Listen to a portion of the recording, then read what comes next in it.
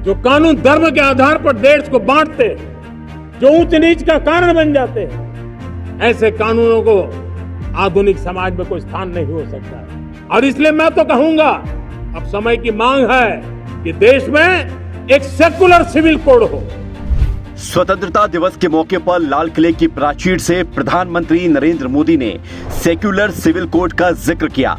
इस दौरान प्रधानमंत्री मोदी ने कहा कि हमें कम्युनल नहीं, सेक्युलर सिविल कोड चाहिए। सेक्युलर सिविल कोड मौजूदा समय की मांग है। प्रधानमंत्री ने जोर देते हुए कहा कि देश का कोई भी कानून धर्म के आधार पर नहीं होना चाहिए।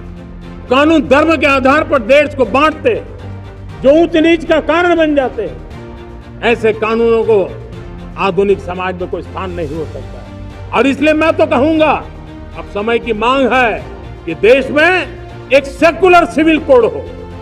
हमने कम्युनल सिविल कोड में 75 साल बिताए हैं, अब हमें सेक्युलर सिविल कोड की तरफ जाना होगा।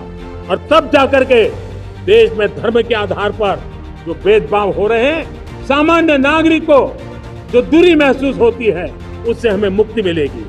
किसी को उम्मीद नहीं थी कि लाल किले की प्राचीर से पीएम मोदी कुछ इस तरह का जिक्र भी कर सकते हैं।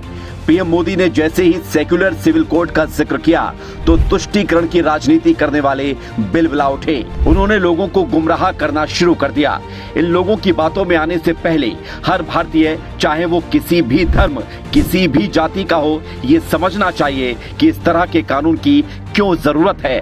भारत में धर्म के आधार पर अलग अलग कानून हैं। इन अलग अलग कानूनों के कारण सामाजिक ढांचा बिगड़ा हुआ है। इसी कारण से देश में लंबे समय से एक ऐसे कानून की मांग हो रही है जो सभी के लिए समान रूप से हो।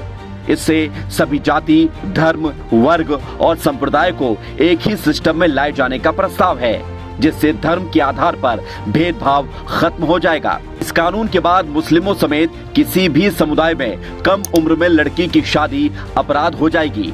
हिंदू, सिख और ईसाई के साथ साथ मुस्लिमों में तलाक के नियम एक जैसे होंगे। मुस्लिम महिलाएं भी हिंदू महिलाओं की तरह कहीं से भी बच्चा गोद ले सकेंगी। सभी धर्मों में एक ही शादी कर सकेंगे। 4 शादी या बहु विवाह पर रोक लगेगी। सभी धर्म में संपत्ति में अधिकार, खासकर महिलाओं के लिए एक समान कानून होगा। इस कानून से न सिर्फ महिलाएं सशक्त बनेंगी, बल्कि अल्पसंख्यकों समेत कमजोर वर्गों को भी सुरक्षा मिलेगी। एक देश, एक कानून से सशक्त होंगे भारतीय, सशक्त होगा भारत।